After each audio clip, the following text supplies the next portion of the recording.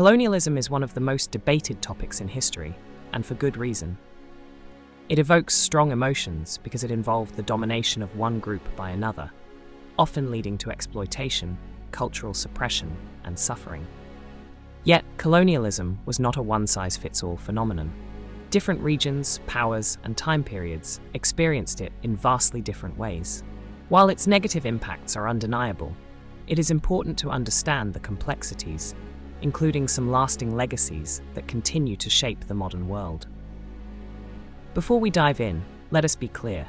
This video is not about downplaying the suffering caused by colonialism.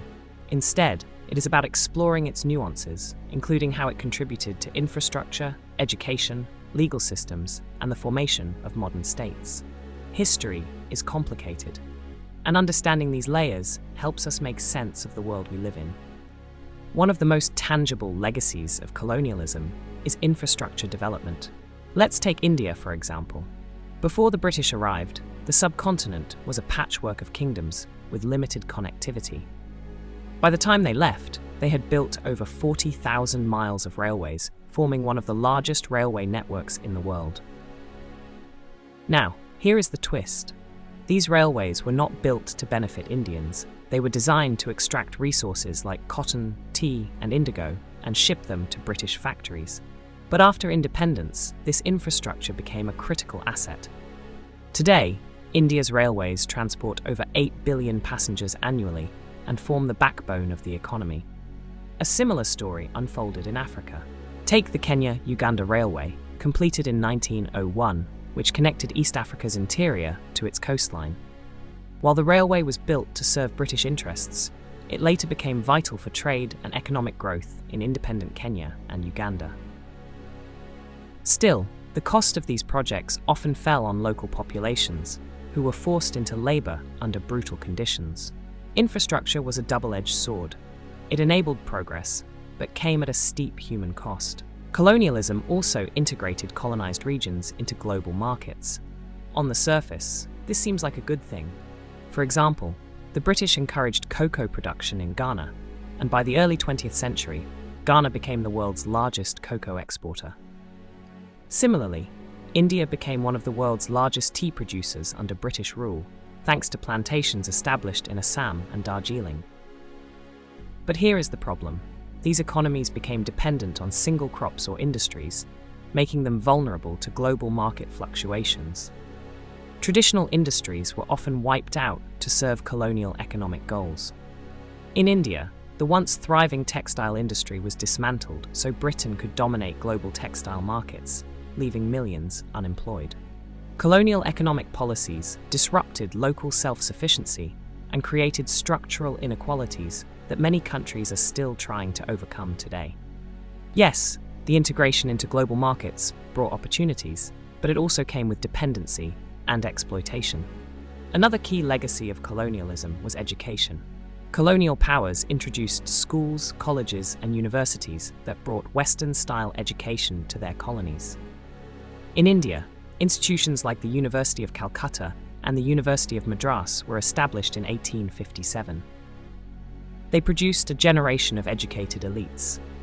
Think of figures like Mahatma Gandhi and Jawaharlal Nehru, who went on to lead independence movements and shape the future of the nation. In Africa, missionary schools and colonial education systems introduced literacy and modern skills. For instance, King's College in Lagos, founded in 1909, produced leaders like Nnamdi Azikiwe, who became Nigeria's first president. But it wasn't all positive.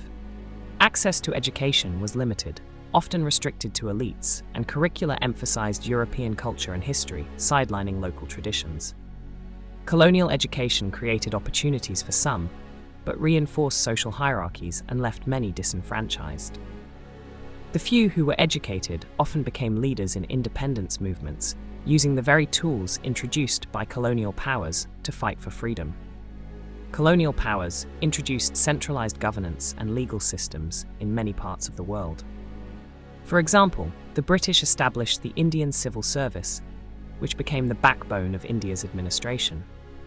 After independence, India adapted these institutions to build one of the world's largest democracies. In Africa, colonial powers introduced legal frameworks and administrative systems that became the foundation of modern states. Ghana and Kenya, for instance, inherited British-style legal and governance systems that they used to govern their new nations.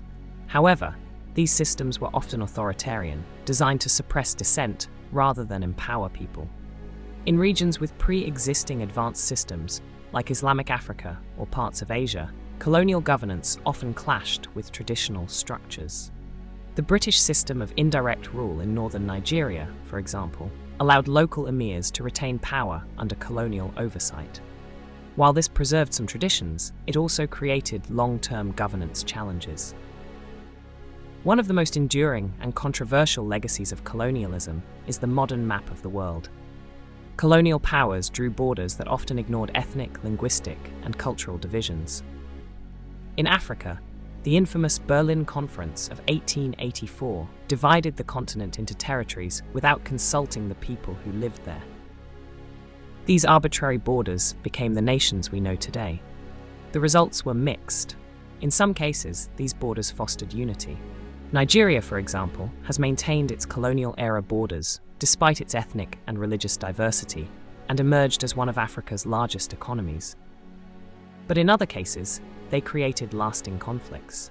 The Rwandan genocide, for instance, was partly rooted in colonial-era divisions between Hutu and Tutsi populations.